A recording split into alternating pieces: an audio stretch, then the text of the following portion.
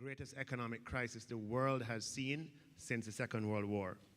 And she got to work quickly, providing liquidity to over 80 countries in a very short space of time, and presided and led the historic allocation of special drawing rights, and has also innovated with a very exciting instrument that serves to reallocate resources from countries with strong external balances to those who have more vulnerable situations. Kristalina is here this afternoon, and we'll learn a lot more about the new instruments that she has put together. Welcome, Kristalina, please.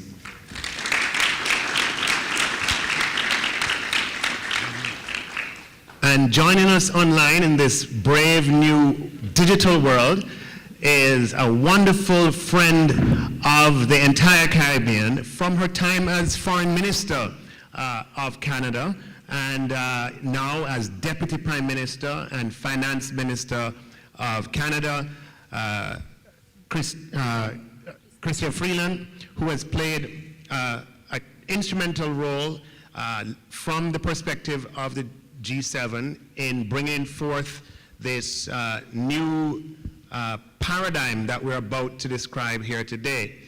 The pandemic has also affected Canada, and the response led by Chrystia has resulted in Canada being the G7 country with the fastest recovery coming out of the pandemic, and the G7 country with the strongest jobs growth coming out of the pandemic. So we have the expertise that we need right here this afternoon. So I'm going to just kick off with the sort of first round of questions. The conjunction of economic forces that the world faces today includes pandemic and war, includes escalating fuel prices and food prices, historic global inflation, at the same time that advanced economies are entering the monetary tightening cycle. It's a good time to talk about resilience and sustainability, but, you know, and I'm going to ask each of you from your own perspective, Kristalina as Managing Director of the Fund, Prime Minister Motley as the Prime Minister of a small island developing state, and Chrystia as Finance Minister of a G7 country, to approach this from your own perspectives. How do, starting with you first, Kristalina, how do small countries in the Caribbean, in this context, think about resilience and sustainability? Thank you, Prime Minister Motley, for bringing us to Barbados, not only to discuss our very good cooperation with Barbados, but also to have a meeting with the broader region. And it is the right time to have that engagement. Why? Because we are experiencing a crisis upon a crisis, and here, because of climate shocks, there could be even more to come. So for the whole world, what is very clear from the last 2 years, if it wasn't clear to us before, is that we do live in a more shock-prone world. And shocks very rapidly go around the globe. A small virus originates in Wuhan, in China, and then it goes within weeks to all continents. A war, Russia starts in Ukraine. It is causing price shocks here in the Caribbean, with food and energy prices shooting up. And for the Caribbean, there is also the specificities that you know very well. These are small economies that have less diversity of response capacity as a result. And the Caribbean is particularly vulnerable to what we are already experiencing, a changing climate. So how do we think of the Caribbean? First, we recognize that quite a number of countries, exactly because you are the front line in this shock-prone world, have taken decisive action over the last years to build strong capacity to buffer themselves against these shocks. I would put a very simple analogy. The same way a person with strong immune system is more resilient to COVID, the economies in the Caribbean that have taken decisive action to strengthen their buffers, to strengthen their fundamentals, when the shock hits, are more able to sustain it. And the lesson from this is to everyone, do as much as you can to build that economic financial resilience. Second, the region is incredibly strong because of its people. I am never ending my impression when I communicate with people in the Caribbean of the ability to help each other and the ability to recover quickly when a shock comes. And third, what I saw here today, very encouraging, is more cooperation among the countries in the Caribbean. Together, you're stronger. And what I would aspire is that the IMF, in our work, we turn into a resource for you individually, but also collectively, to be stronger for the future. And this is where the resilience and sustainability trust comes. I hope I can return to this again, but let me just give you the telegraphic definition. This is an instrument, first time in the history of the IMF, that provides long-term financing, long-term maturity for structural transformation to build resilience. And it is an instrument that, for the first time in the history of the IMF, recognizes vulnerability as a criterion for concessional financing. And at that point, I have only one plea for the audience. Give a round of applause to this woman on my left, because she championed it. Thank you. Thank you, Kristalina. And indeed, Prime Minister Motley has been a champion of ensuring that vulnerability is taken into account for concessionary financing.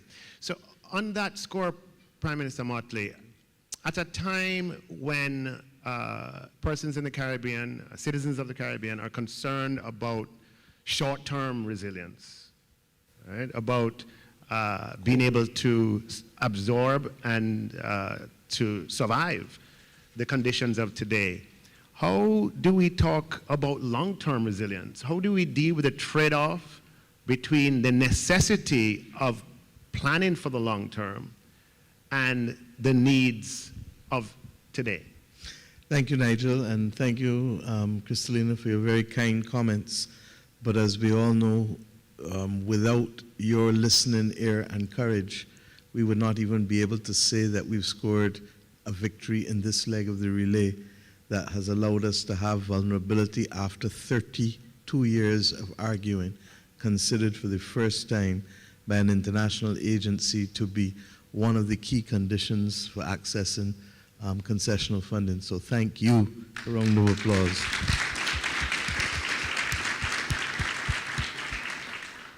Let me say that we in the Caribbean have long known how to walk and chew. We had no choice. We were transplanted into this region and we had to survive. And survival, therefore, is part of our DNA. There is no doubt that our people are consumed now with how to cope, because that's really what we're talking about, how to cope with the increased food prices, the increased fuel prices, all of these things. Up until this morning, I had ministers on the radio trying to speak to these issues. At the same time, we all know that if we don't fix our housing stock, if we don't deal with coastal erosion, if we don't deal with saltwater incursion into our wells, that within 3, 5, 6, 7 years, we will be dealing with a far greater disaster than we have. So we've tried to think outside of the box, but in order to do so, we need fiscal space and we need policy space. We need policy space that allows us to protect our farmers so that we don't have people flooding our markets with cheap produce when at the same time, if there are supply disruption problems as we're now seeing, that produce is not available to our people. And therefore, we need to be able to allow our people to grow the food that they eat and eat the food that they grow. But that's going to mean that our farmers need to be able to make money 24/7, 12 months a year from growing or at least be in the ballpark of it, rather than having to have gluts of food that they can't sell because our supermarkets are importing cheap food that is being subsidized, quite frankly, from elsewhere. Secondly, we need to be able to ensure that we can treat to our water issues in a credible way, because if we don't reduce the level of non-revenue water, it makes no sense trying to augment water, because if half of what you're pumping goes into the ground, then you have problems. But we have to be able at the same time to give people immediate access to water and to keep it affordable.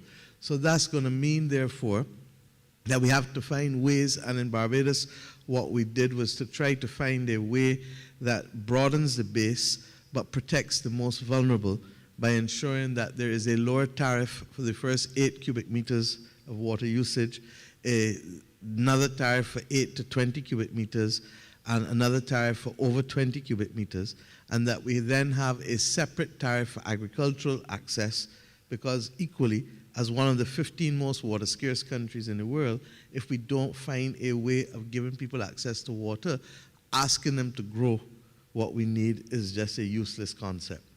Thirdly, we need to ensure that we wean our people immediately off of fossil fuels, while at the same time giving them an opportunity to earn money.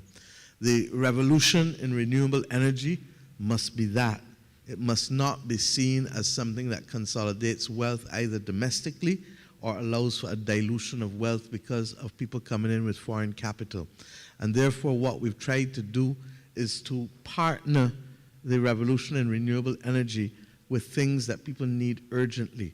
If I'm paying $800 a month in rent, as happens with too many of our people, if I can give you a house with a mortgage at $500 and at the same time allow, in some instances, either you keep the roof and take the revenue from the roof, or you assign the revenue from the roof to the developer so you don't pay the land costs, as is happening with our HOPE program, then I believe that we can balance long-term interests with immediate interests with this. As it relates to the very, very immediate, as tomorrow, next week, and next month, we're going to still have to provide some level of shielding. We've done it here in Barbados with an initial measure that allowed us to cap the rate of the VAT on the fuel so that we pass through the cost of the fuel, but we at least try to shield you by not taking as much taxes and capping that. Regrettably, we're going to have to look at it again, and as recent as Monday, we set up a committee within our social partnership to look at the underlying increases in food and fuel costs, with an understanding that within 2 weeks there would also be labor, private sector, and government meeting, such that on the 8th of July when we meet back, we put ourselves in a position to take decisions that will help families in this country, particularly since the summer vacation is coming, and we all know that children love to eat a lot of food when they're running about. So that unless families can be helped over the course of the summer, we're not going to be able, and we may have to use the school meals program and other things to continue doing that which they do during term in order to offset some of the initial things. But it's going to need policy space, it's going to need fiscal space. I'll say this last point. Thank you to the IMF. Over the course of the last 2 years, with the double crises coming on top of climate, we were able to adjust what we were able to do fiscally, and that made a tremendous difference to this country's being able to ensure that we did not have people fall through the cracks in the middle of a pandemic or after 3 climate events from the volcanic eruption in St. Vincent, which shut down our airport for a week, to the freak storm, to Hurricane Elsa, the first one in 66 years. So that policy space and fiscal space is absolutely critical to allowing people to cope while allowing us to meet it's not even long term, the medium term adaptation that's critical. Thank you. Thank you, Prime Minister. I just want to welcome the audience that's joining us online.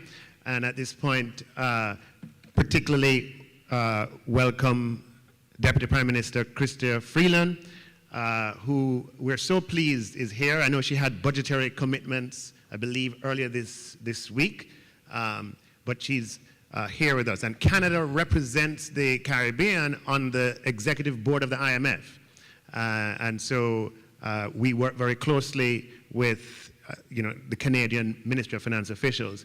So Chrystia, we're here talking about building resilience, and a lot of the resilience from a Caribbean perspective is resilience against natural disaster, which has been exacerbated by climate change.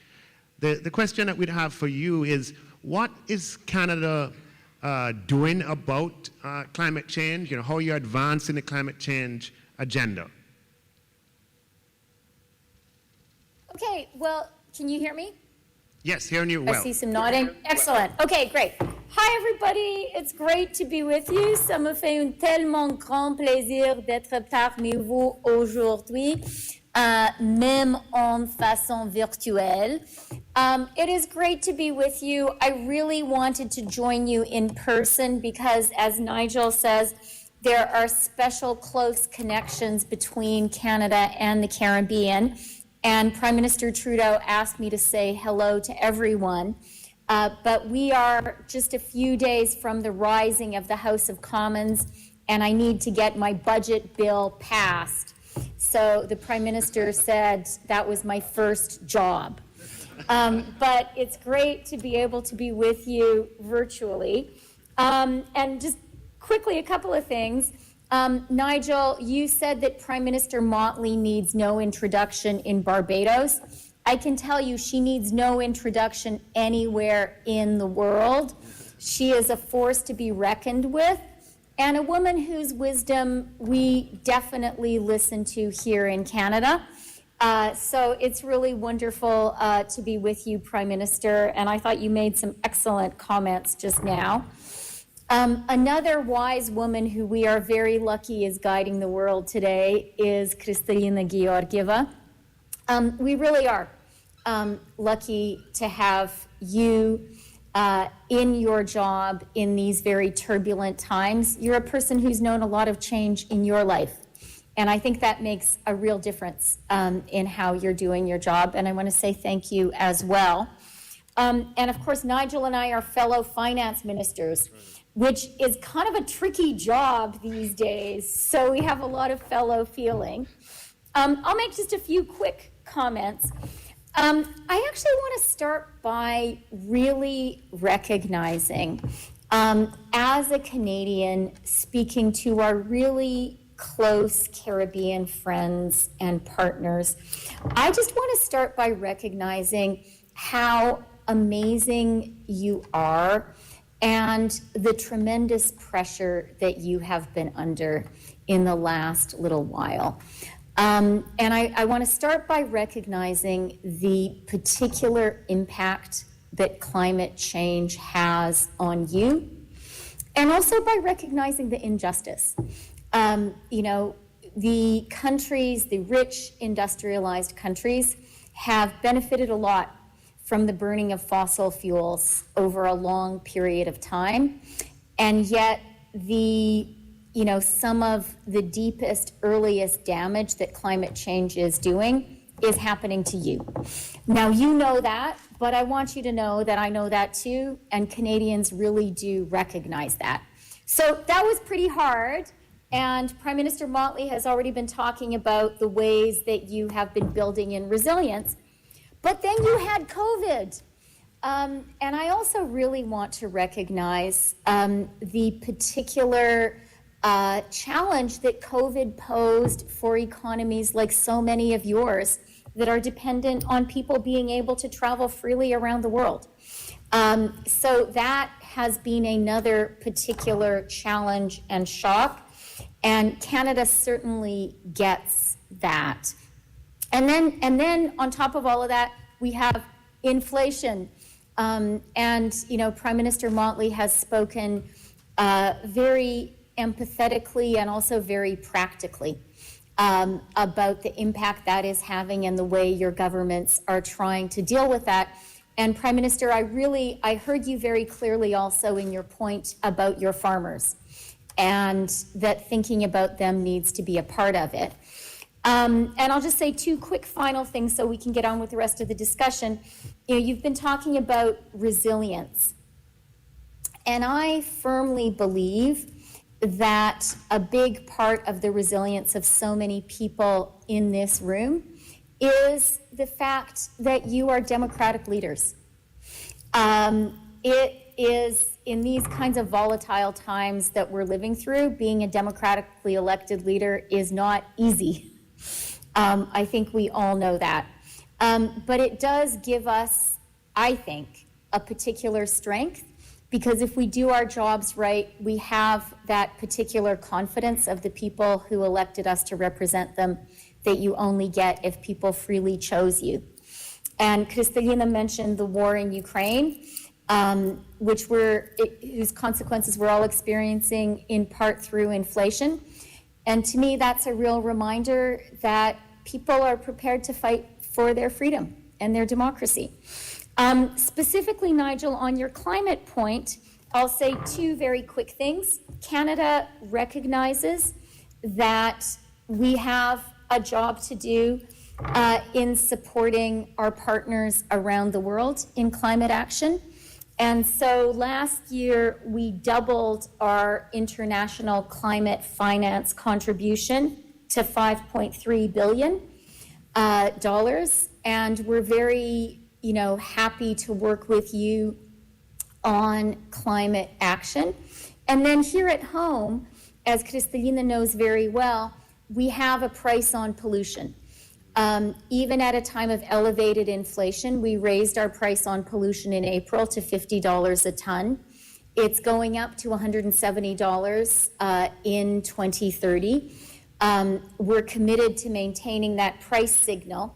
But something that we do that I think is consistent with Prime Minister Motley's message about protecting people is the money that we get from that price on pollution, we give back to Canadians.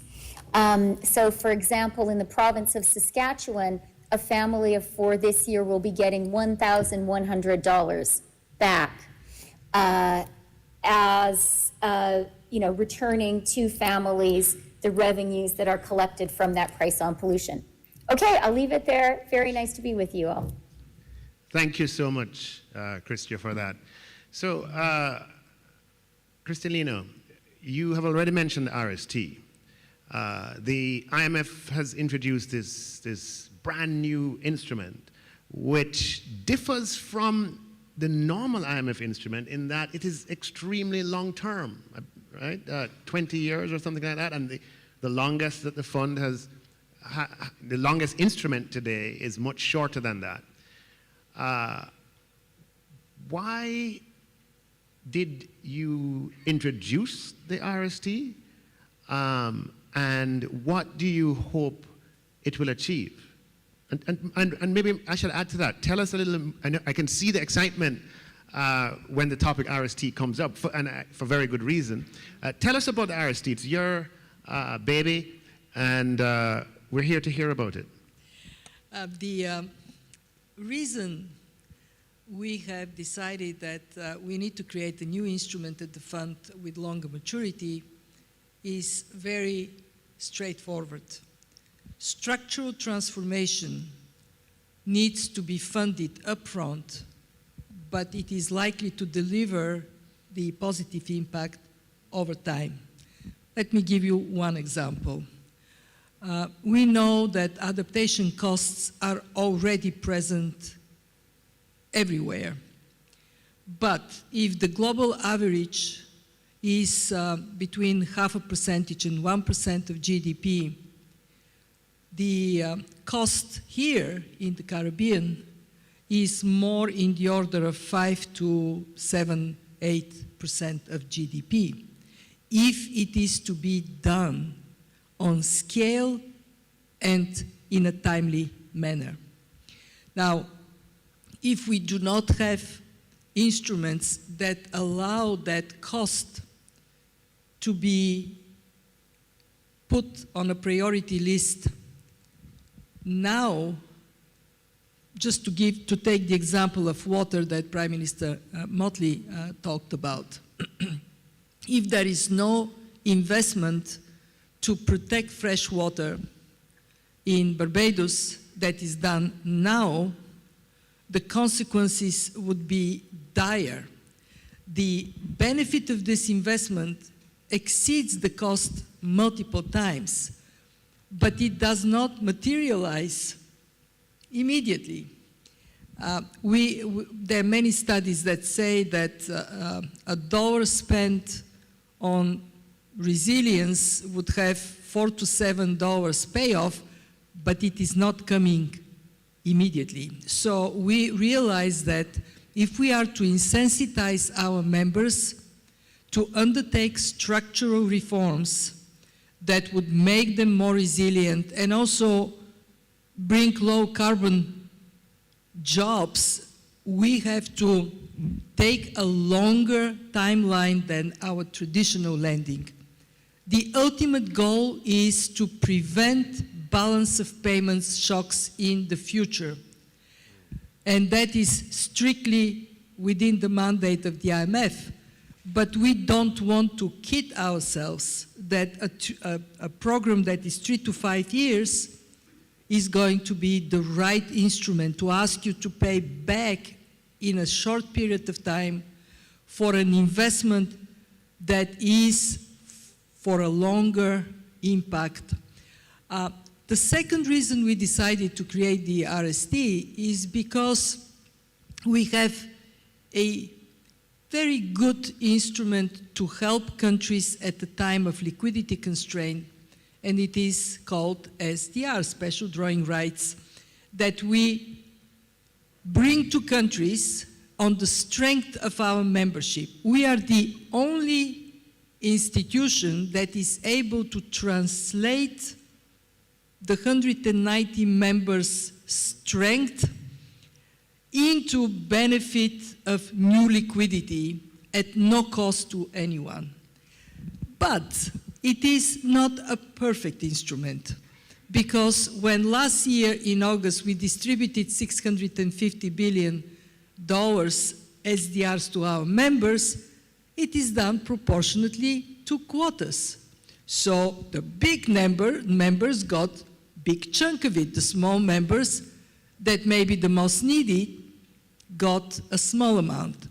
So last year we proposed to our members in strong reserve positions, give us back some of your SDRs and we would lend them at concessional terms. But then we thought, would it be fair that we only lend to our poorest members? We have an instrument called Poverty Reduction and Growth Trust. And then we agreed, and it is the innovation that we already talked about, that it should be open to middle-income countries that are vulnerable to climate shocks. What is the picture today? In April, our membership endorsed, our board approved, and then we have shared with our ministers, including Christian, the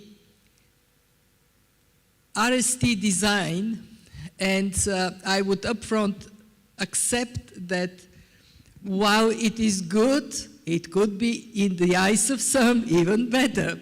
Why? Because access is still related to quotas. 150% of quota for a small country is a relatively small amount. But in the future, we can address these issues together. We have received already pledges of around $40 billion. And we got these pledges listed on the day of our IMFC meeting. This is the governing body of the IMF. And I'll tell you, I was close to tears because I knew we would get pledges. But we have a target of at least 45 billion. And to get 40 billion within one meeting, it tells me that this is the right instrument. It is something that everybody accepts is right to do. We will be starting commitments to countries from October on. In meanwhile, we are collecting the pledges, putting the infrastructure, how we are securing this fund money to not get lost. And we are also rapidly preparing ourselves to work with other institutions, so when we engage with the country, it is on a foundation already there for climate action.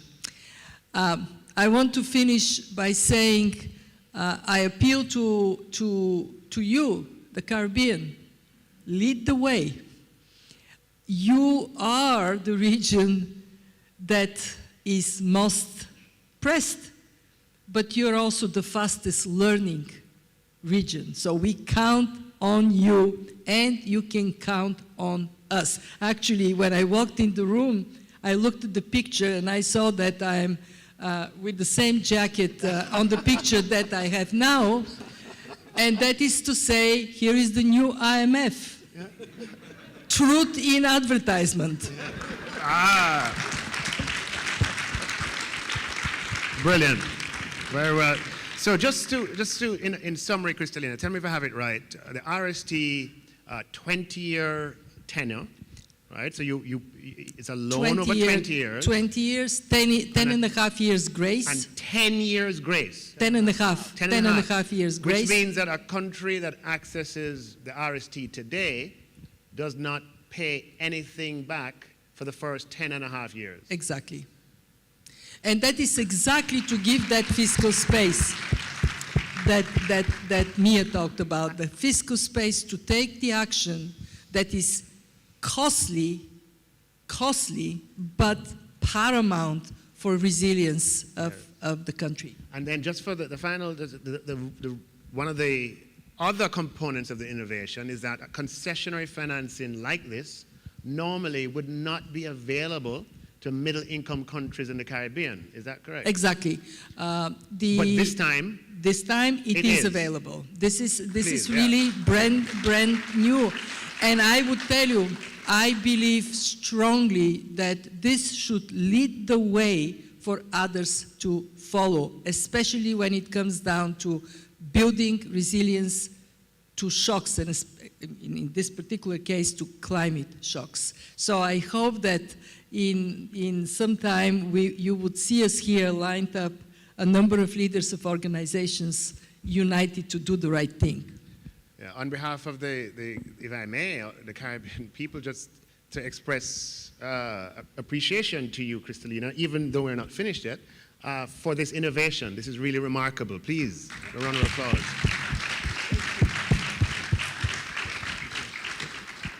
So just coming to you, Christia, because this 40 billion that Kristalina spoke about, which is probably going to go higher before too long, comes from somewhere. And it comes from wealthier countries with strong external positions reallocating their SDRs and making them available through the form of this resilience and sustainability trust. Can you expound on, and Canada is a leading member who is engaged in this reallocation. Can you expound on why Canada is doing this, and probably give us your ideas as to how we could get other wealthier countries who are in a position to similarly make this reallocation? How could we get them to the table? Or how could the fund get them to the table? Sure. Well, thank you for the question, Nigel. And let me just say, Canada has contributed $2.44 billion to the RST. So this is a new facility that we really believe in. And I do really want to recognize the intellectual and political leadership of Prime Minister Motley, of Kristalina, in creating this new facility. It's something that Canada 100% championed. It is a long-standing gap that, as you know, your partners and representatives at the fund, it's something we've been talking about, encouraged to talk about it by all of you guys, because you know it's obviously the fund's work to support countries that are, you know, at the edge of a crisis or in a crisis, clearly very, very important. And thank you, Kristalina, for all that you do, and to generations of people at the fund who have done that. But what we have recognized really in our conversations with you is that there has been this very long-standing gap. That, you know, what about the middle-income countries that have particular vulnerabilities, in this case to climate shock, that actually have the leadership, have the ideas? You know, Prime Minister Motley, you spoke about needing the policy space. That's because you have the policies that you want to put in that space. You know what you need to do. And the challenge has been that you don't have the fiscal space. And, you know, I think very much championed by Prime Minister Motley, what Kristalina really recognized, and this is, I think Kristalina will roll her eyes, it's something Canada has been banging away at for a long time, that we need to have some ways to help middle-income countries too. So I am so, so glad that the RST exists. Canada has been glad to kind of help get it there, and we've been very glad to contribute to it. Nigel, you asked a really good question. How do we get others to get on board? I mean, the obvious thing is to do what Kristalina and Prime Minister Motley are very good at, which is persistence, never stop, constantly advocate. But I'll tell you something else. I think, and you know, I listened carefully as Kristalina talked about how the people in this conversation, the leaders of the Caribbean, can play a real leadership role in the whole world. And you really can by making this facility actually work. You know, nothing succeeds like success. Nothing succeeds like you guys having really great policies that will build that long-term resilience, that when you put them in place, people can look at them and say, wow, this is a fantastic investment. And we can see how 10 years from now, it's going to make this country, this region, the whole world much, much stronger. So I would say that's the best thing you can do. And, you know, I think you guys have a lot of great ideas already, but certainly any collaboration that we can have with you, we would really welcome here in Canada. And I'll bet we can learn a lot from your great ideas as well, because we need to invest in climate resilience in Canada too. Thank you, Christia. Thanks to you, your government, and the people of Canada for that investment in the RST. Prime Minister Motley, you know, Kristalina, both Kristalina and Christia have credited you intellectually and otherwise. You served as chairman of the Development Committee of the IMF during the World Bank and IMF. Okay, so. She was my boss, nonetheless, because the Development Committee covers the IMF and the World Bank. That's exactly right. Right. So within those spaces and other spaces, you have advocated for some of the components that we're seeing in the RST and components that Caribbean leaders have long spoken about. So we have what we have asked for. The question now is Barbados interested in RST? You know, it's like, you know, the proverb of chasing the tire, right? You've caught the tire now. Is Barbados interested in RST? Should other Caribbean countries be interested in RST? And if so, why? Yeah. I think that, short answer, the country is going to have the conversation in the next few weeks. Long answer, we have very little choices available to us. The bottom line is that while the RST will require of us some level of engagement with the IMF, and yesterday marked the end of the last board meeting for Barbados in a 4-year IMF program, and I want to thank all of Barbados for walking on this journey. I want to thank Bert Van Selm for leading the effort on behalf of the IMF and doing such an excellent job. And I want to thank Dr. Kevin Greenidge for being the translator of the love language of IMF and Beijing in one piece. So the country has to go through that process now. But what is good is that the instruments that the IMF have are not only instruments that relate to more debt being incurred, and therefore they're policy-based instruments. And given the fact that we've done a lot of the policy work already, it's not a far walk for us to do with respect to wanting to unlock the equivalent of what would be $210 million in Barbados, which represents just about 4%, just under 4% of GDP, probably at the end of this year. I note, however, that Christine, you said 5 to 8% is the global average of what is required usually. And we feel, and we want to thank Canada, we want to thank all who have contributed to the trust so far, but the truth is we are going to need more. And we're going to need more urgently because the timeline within which we have to spend the money for adaptation is short. It's less than 12 years. And we all know that particularly with coastal projects and having to do the feasibility studies that are linked to the calendar year and the moon, that it therefore means that if you miss 1 year, 1 month, you may have to miss a whole year. We recognize that the private sector has no interest in adaptation because there's no rate of return. And if the IMF Resilience and Sustainability Trust is the only game in town, funding at concessional rates for middle-income countries' adaptation, then that is the message I have to carry to my people in Barbados here. But let me also make the point that in addition to us not having many options and us having to do the adaptation, and what does adaptation mean in simple terms? Nobody else is going to come and do coastal defenses for Barbados because there's no rate of return for it. Nobody's going to do some of the other things that we have to do in terms of securing house tops to ensure that we don't lose 60 or 70% of our low-income housing stock in the middle of a storm. But the RST is not only about climate. The RST is also about the pandemics.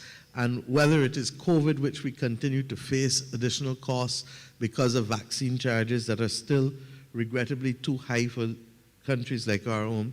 We also have the antimicrobial resistance pandemic, which is critical for us to be able to stave off because too many of our people are dying because they go into a hospital, catch a supervirus, and there's no way to be able to fight it.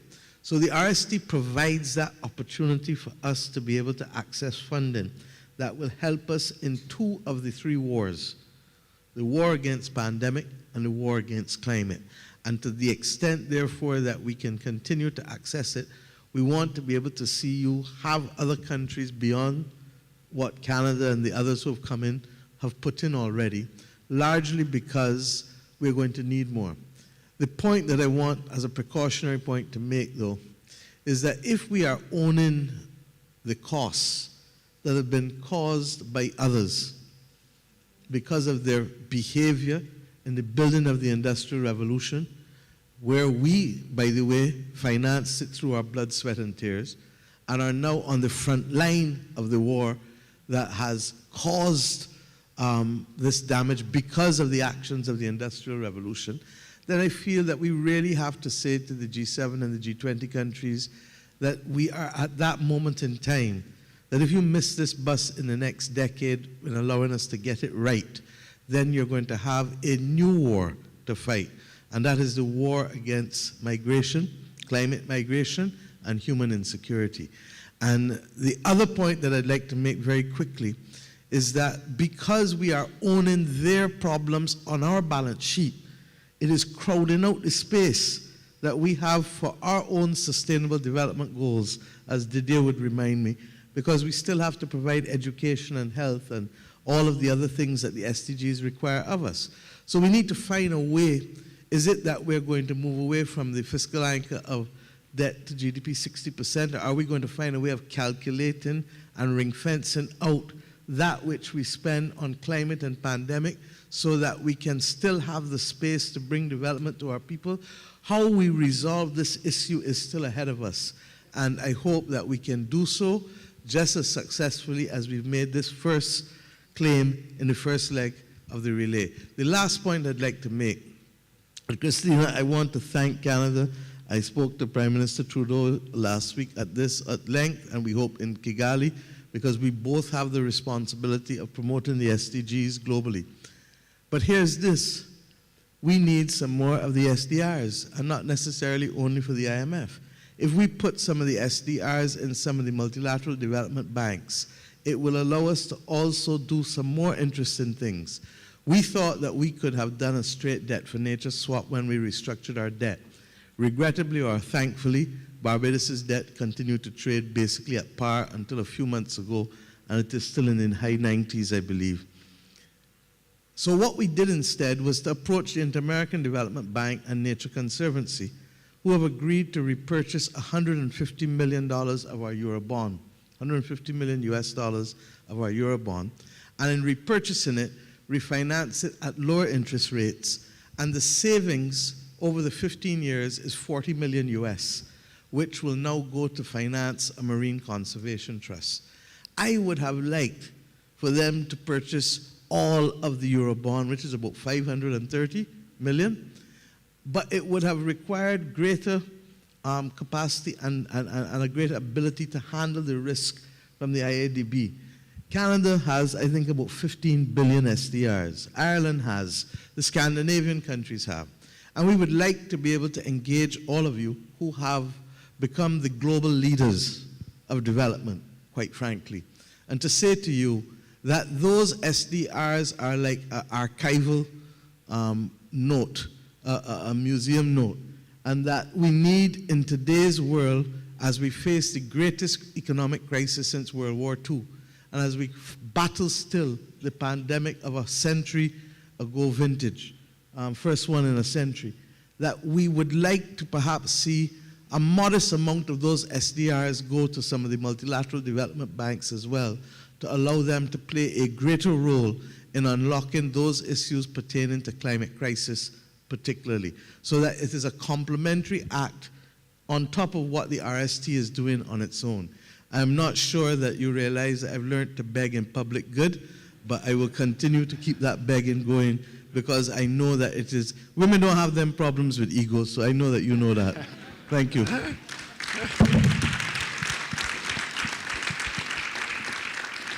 You keep begging, Prime Minister. You behave like the typical man too, that when a woman beg, you benefit. So, Kristalina, you hear Prime Minister Martin, and the essence of the point is that, look, 45 billion is a lot, and we're very thankful and grateful for it. But we also acknowledge that the resilience agenda, the climate change agenda, calls for resources that far exceed that in quantity. I've heard you speak about the potential catalytic effect of this 45 billion, that it can crowd in even more, which would be great. Can you just expound on that and explain to us how you think this RST can have a catalytic role in the Caribbean? Let me first confirm that women have no big ego and we have no problem to beg. As Christia would vouch, when we had a meeting of the G7 finance ministers, that is exactly what I did. My message was and is, we got the notional 20% of SDRs committed, and that's great. That's really great. It takes something that on its own, yes, it is valuable, but we make that value much higher. But we had this a commitment when the world was hit by one crisis. Now it is hit by two crises. can we think more ambitiously about deploying the SDRs. And I think, I mean, we of course have to recognize, and I say that very seriously, that for our members in a strong reserve position, they have to protect the reserve asset quality of these SDRs. Otherwise, they become meaningless. So there is a caution that is driven by the interest of making sure that the SDRs continue to hold on their reserve asset quality, on their value. But this is an important conversation. So I would say to Prime Minister Motley that we heard from Minister Freeland a very important message. Make it a success and there will be more. And I would echo that. So let's roll our sleeves. We have something, 45 billion, not trivial. Let's make it work. And then we have a leg to stand on and talk about more. For the regional development banks, I was actually among the first to say, let's see how we can collaborate, and maybe there is a channel to be used. At this point of time, there are two obstacles, and they're serious. The first one is that for about half of our members, for legal reasons, for domestic legislative reasons, they only can channel SDRs through the IMF because we are the institution granted with issuing the allocation. The rest, and I believe Canada can be more open, but we do not want to divide the membership. We want to say, let's go in this together. And the second very practical reason is that to create a mechanism that protects the SDRs for those who own them, we have worked at the IMF and we came up with something that is credible. We go further with the development banks, then we have to work on that mechanism. And on balance, I prefer to go fast. So let's move and then continue the work. And one of the important things to remember is that by doing projects, we are going to work with other institutions. Already we are talking to the Inter-American Development Bank, to the African Development Bank, to the World Bank, how we can collaborate and then leverage the resources for higher impact. I am very keen to, where this is possible, to seek private sector involvement, because perhaps bringing down the risk for a private investor in some countries can significantly increase the resources that are becoming available. And we will put a matrix to measure leverage. So here is our funding. How much have we moved in the right direction for the right policies?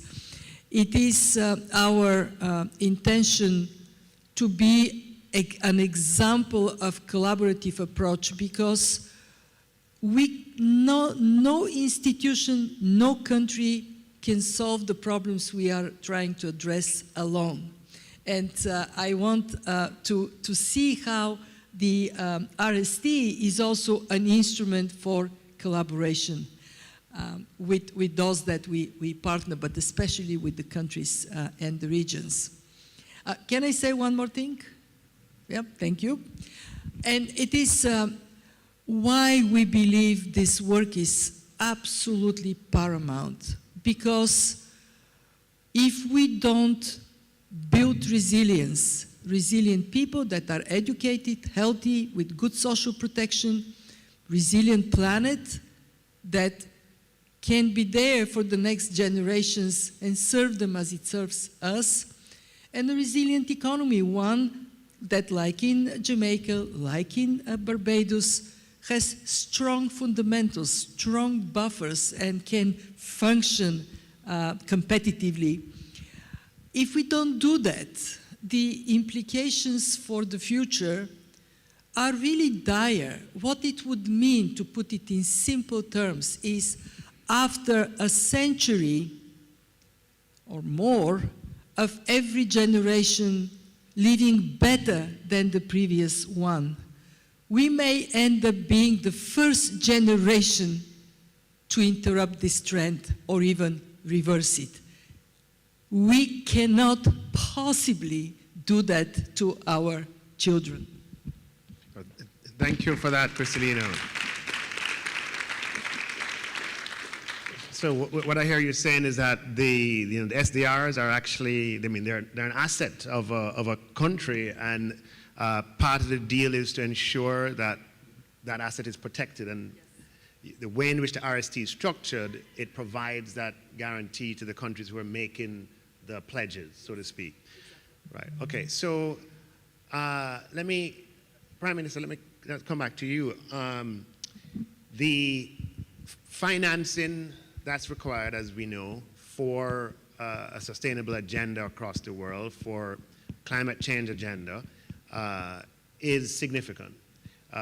Some time ago, $100 billion was promised, or $100 billion a year, and that hasn't materialized. This, however, is a sign of hope. And as Christy has said, if this works, it can catalyze other things working.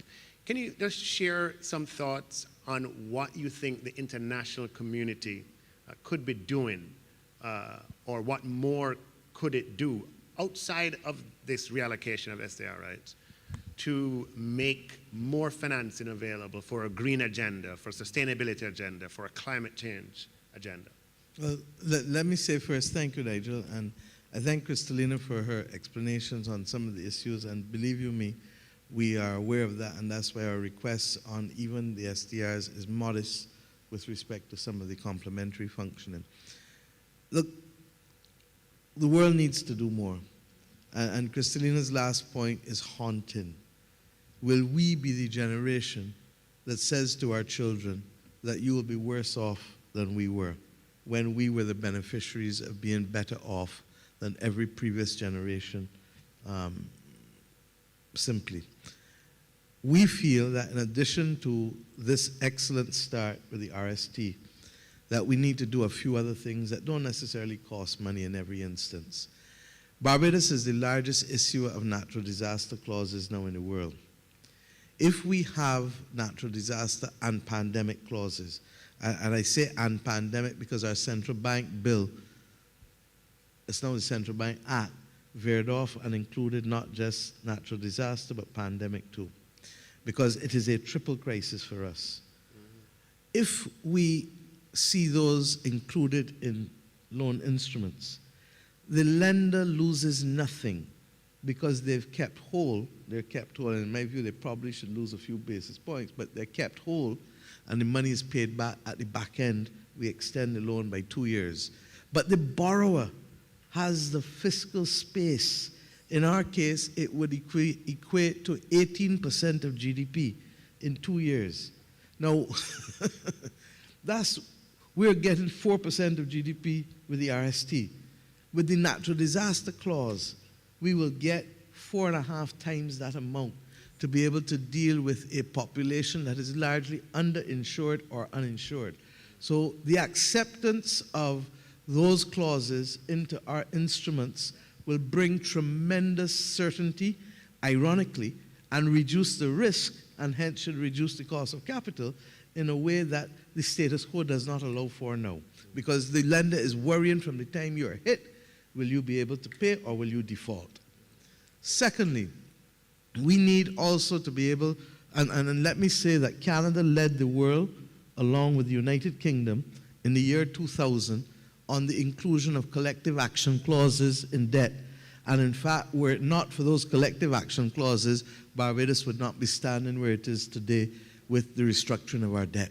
We believe that Canada and the United Kingdom and other countries in Europe can lead the world with the inclusion of these clauses, natural disaster and pandemic clauses. Secondly, we believe that the way to delink from quota more is going to be to use a very simple definition of climate vulnerability. Part of the difficulty, and I've learned from the experience of going around and talking with people. If I say small island developing states, Guyana is not a small island developing state, nor is Suriname, nor is Belize in our own region. Okay? Countries in Africa are being hit as hard by climate because climate is now a problem between the tropics of Cancer and Capricorn, and is soon going to come to the North Atlantic countries. We used to have a saying, coming to a station nearby, tune in. Well, the climate crisis is coming to the North Atlantic countries any minute now. It's already there, in fact, but it's going to be worse as we go on. We believe that we have to stop and to get people to understand that the definition of climate vulnerability ought to be the mechanism used. And what simply could that be? And we're not saying that it must be, but if we don't put something on the table for discussion, it will not be. The possible determines the probable. The definition Barbados believes that should work is that if you have a high probability of a climate event or a series of slow onset events within the next 2 years that can cause you to lose 5% of GDP, then you should be considered climate vulnerable. Now, as I said, the technicians will take that and kick it about, but what it does is to allow us to have a laser-like focus on what potentially is there. Thirdly, we believe that there has to be a far greater open mind to facilitating new instruments and new possibilities. There is too much, because the world is so inequitable, there is too much philanthropic capital that has been garnered as a result of excessive and egregious profits for decades. We need to find a way of having the blended finance to be able to right-size the double jeopardy that we face with respect to allowing more philanthropic capital to be able to help de-risk a lot of what the private sector faces and to be able to assist the governments with the adaptation expenditure. Similarly, Kristalina spoke about some other things just now in terms of de-risking.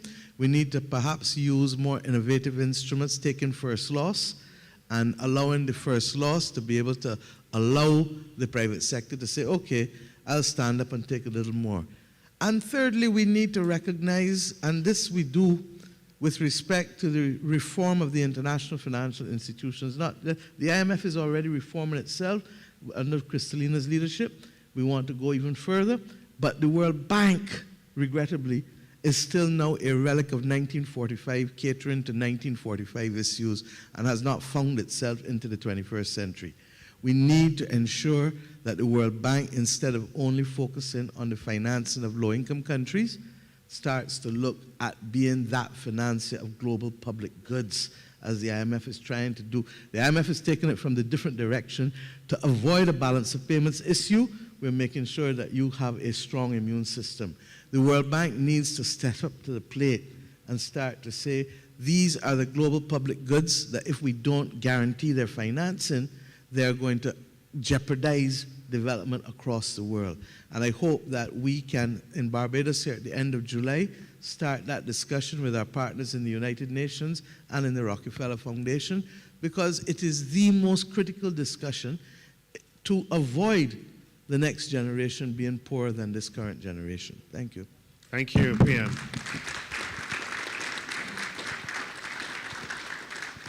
So Christia, Canada has been a leader in climate financing. Let's recognize that.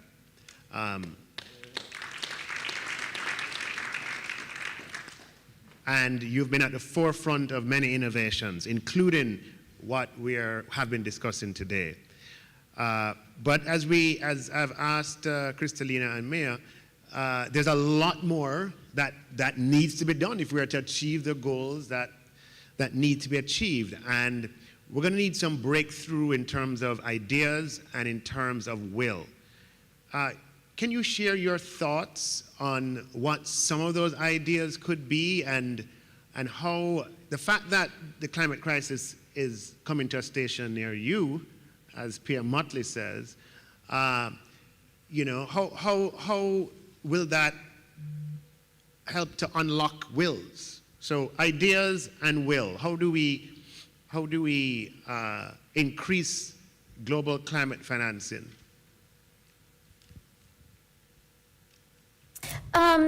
Well, thank you for the question, Nigel. And I do want to say, Prime Minister Motley, that was, your comments just now were really excellent and thought-provoking. And I really love the vision that you have for how we have to bring our global institutions up to date for the challenges of the 21st century.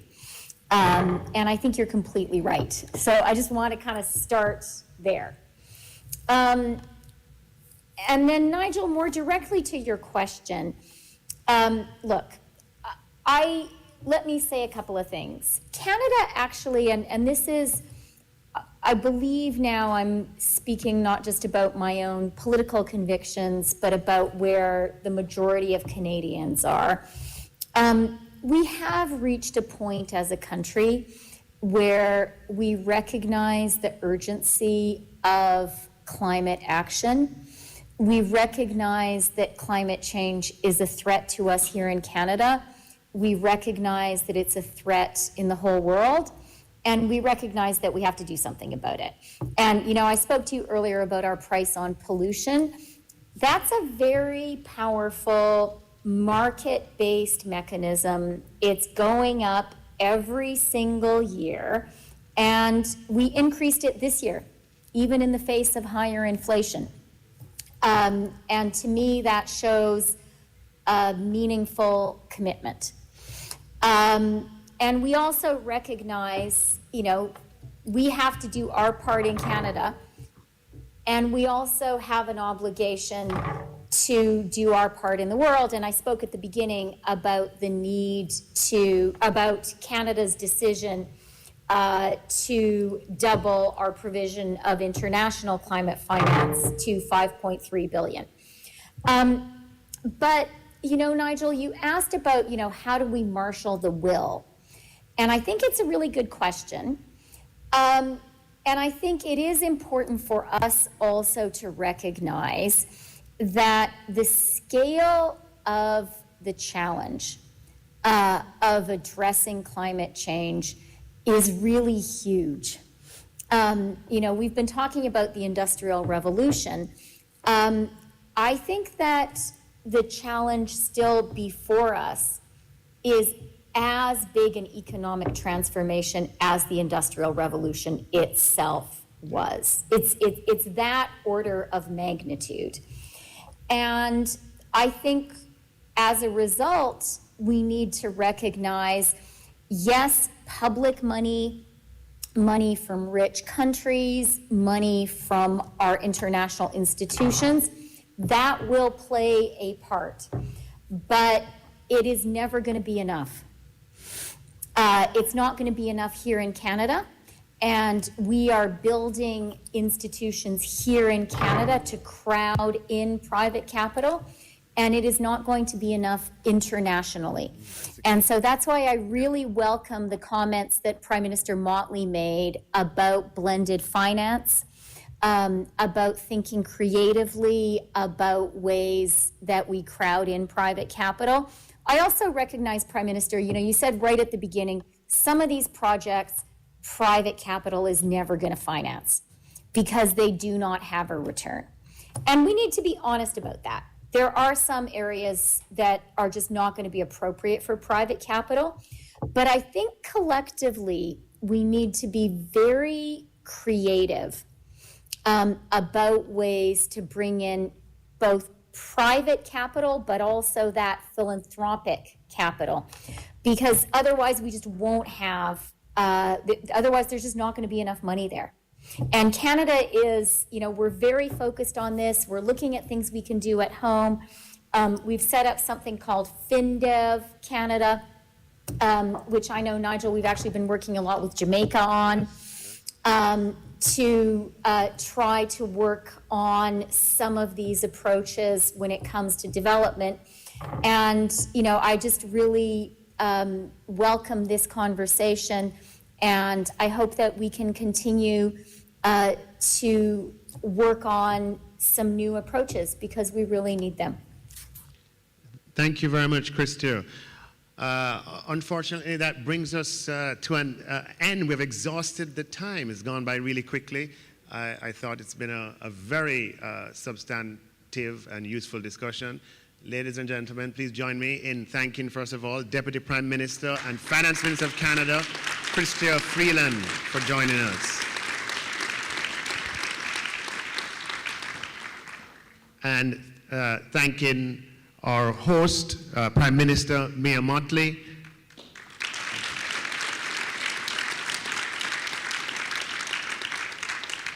Self-styled beggar-in-chief. And of course, thank the Managing Director of the Fund for the introduction of this, well, for being here today and for her presentation today, but even more importantly, for leading the introduction of this instrument, the Resilience and Sustainability Trust, which is responsive to the needs of the Caribbean. I want to thank you for listening, for hearing, and for acting. Please give Kristalina a round of applause. And on behalf of the three of us, we want to recognize our fantastic moderator.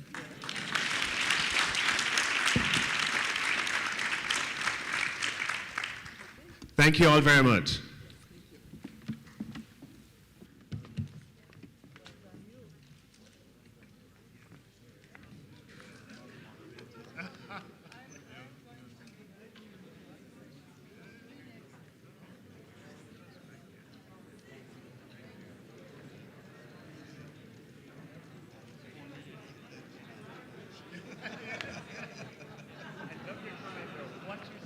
What you get. Oh my God. Just the emotion. That's me.